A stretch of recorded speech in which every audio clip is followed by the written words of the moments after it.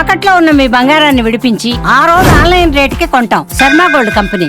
ముందుగా అందరికీ ఉగాది పండుగ శుభాకాంక్షలు. ఈరోజు నాతో పాటు ఎవరున్నారంటే ప్రముఖ కాలభైరవ ఉపాసకులు శ్రీ నాగభైరవ స్వామి గారు ఉన్నారు. నమస్కారం స్వామి. ఓం కళ్యాణాద్భుతగాత్రాయ కామితార్థప్రదాయినే శ్రీమద్వేంకట నివాసాయ శ్రీనివాసాయ మంగళం. లోకా సమస్తా సుఖినో భవంతు, సర్వే జనా సుఖినో భవంతు. శుభమస్తు.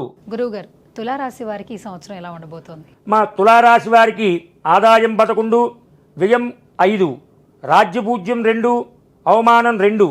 అయితే గురుడు 9వ స్థానంలో, శని 6వ స్థానంలో ఉండడం వల్ల ఈ సంవత్సరం అంతా కూడా దైవబలం చాలా బాగుంటుందని చెప్పవచ్చు.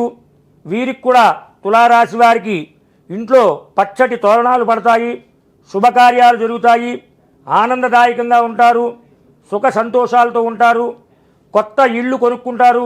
అలాగే రియల్ ఎస్టేట్ వ్యాపారస్తులకి తులారాశి ఎవరైతే ఉందో రియల్ ఎస్టేట్ వ్యాపారం కానీ, భూమి భవన నిర్మాణాలు వ్యాపారాలు కానీ అద్భుతమైనటువంటి యోగదాయకంగా ఉంటాయి. గురువుగారు, తులారాశి వారికి ఇంకా మంచి ఫలితాలు రావాలంటే వారికి చక్కటి పరిహారం తెలియజేస్తారు. మా తులారాశి వారికి ఈ సంవత్సరం అంతా కూడా అద్భుతమైనటువంటి యోగదాయకంగా తులారాశి వారికి ఉండాలి అంటే మనకి నామాలు అంటే చేపలకి మనం ఎక్కడ నామాలు చూసుండం. మనకి దగ్గరలో ఇక్కడ ఒక పుణ్యక్షేత్రం ఉంది, అక్కడ నామాలు కలిగినటువంటి చేపలు ఉంటాయి. మీరు అక్కడికి వెళ్ళి ఆ చేపలకి చక్కగా ఆహార పదార్థాలు ఉంటాయి, అక్కడే మీకు వారు ఇస్తారు. అవి మీరు దిష్టి తీసుకుని 3 సార్లు ఎడాపెడా దిష్టి తీసుకుని మీరు నిరాశ చెందకుండా ఆ నామాల చేపలకు కనుక ఆహారాన్ని మీరు వేస్తే తులారాశి వారికి ఈ సంవత్సరం అంతా కూడా యోగదాయకంగా ఉంటుంది. అలాగే ఈ రాశి వారికి ఇంకా మంచి శుభ ఫలితాలు కలగాలంటే మీరు చెప్పే మంత్రం ఏంటి గురువుగారు?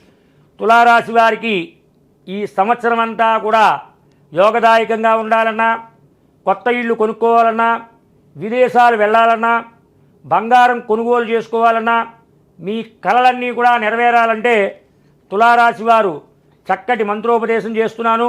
దీన్ని మీరు శ్రద్ధగా ఆలకించి జపం చేయండి, లేదా పెన్ను పేపరు తీసుకుని రాసుకోవాల్సిందిగా మనవి చేస్తున్నా.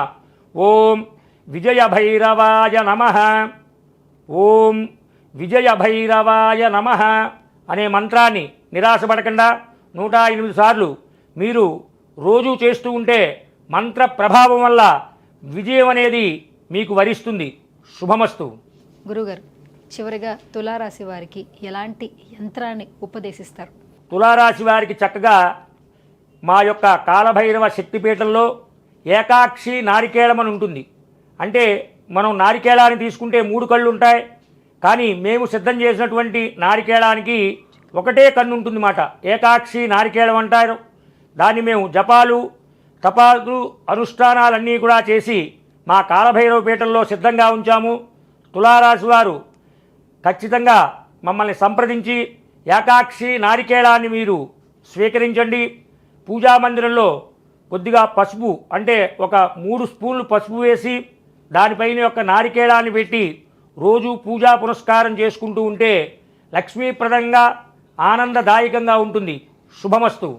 మీ జాతక పరంగా ఇంకేమైనా ముఖ్యమైన విషయాలు తెలియచేసుకోవాలి అనుకుంటే మాత్రం స్క్రీన్ మీద కనిపిస్తున్న నెంబర్స్కి కాల్ చేయొచ్చు, గురువుగారితో మాట్లాడొచ్చు, ఇంకా మరిన్ని సందేహాలు నివృత్తి చేసుకోవచ్చు.